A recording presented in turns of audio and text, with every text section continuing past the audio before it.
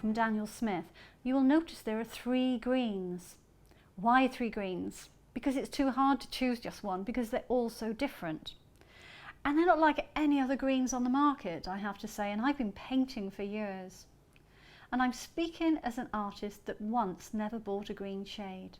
I always believed if you mix different blues and yellows, you could get a wide variety of greens. And you could, and I did, until I discovered Daniel Smith. And I first fell in love with Cascade Green. I think I've told everyone about it on my workshops, and I've taught internationally, and they all love it too. Cascade Green. I like Green Apatite Genuine because it's very, very different. So we'll pop that here. And Undersea Green. I always try to say to people, do remember when you're working with watercolour, it is watercolour. So you should be using as much water as pigment. What I'm going to do is just get these colours to move around and show you how fabulous they are. I love these 3 greens. So here is my Cascade Green.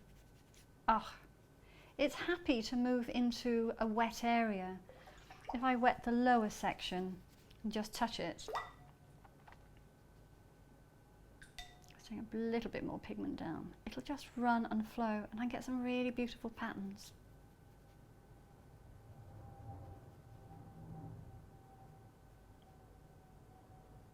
We're actually painting in my cottage, and I live in the middle of nowhere. So most of the time you have the most relaxing, quiet, peaceful days. And today, because we're filming, aeroplanes are flying over, so you may hear the occasional sound of one in the background. Sorry about that. I can't control the sky. There we go. Look at that. That's Cascade Green. Look at this beautiful turquoise. It's like you're buying 2 colours in one. It's just stunning. I don't know any other range of watercolours that has shades that do things like that. I just find it so exciting. Of course, the next one here, this is Green Apatite Genuine, which I call a mossy green, which is perfect for forest scenes and foliage, but it'll interact quite nicely with the Cascade Green. The more pigment I take into the wet area, the more fun I'm going to have with it. Just let that run a little bit into the Cascade Green. It's an incredibly hot day that we're filming with, unusually so for UK. It's quite funny because I always moan that it's too cold or too wet, and I very rarely complain that it's too hot, but today is quite a hot day. So my colours are drying fast. So that's Green Apatite Genuine, and it will come out with little marks, little brown marks as it dries, because it granulates a little bit. Very pretty.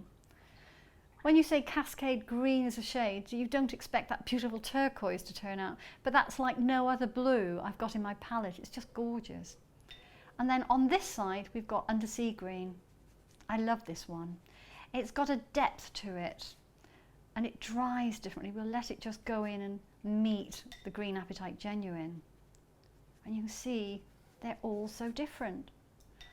And when you're painting foliage, you just go for a walk and look at greens in gardens, etc. They're all so different, so you do actually need this variety. There, we'll come down a little bit stronger with that one and let that run. Now, they're all very different. They're different beasts, I call them, different characters.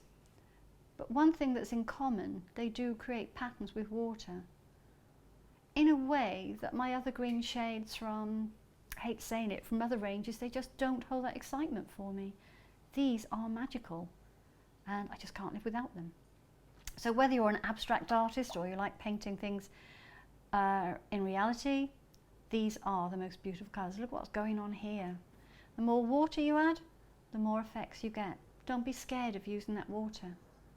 But the one thing I would say is if you do buy my master set, you're going to love colour as much as I do, and I really do. I hope you enjoy playing with them.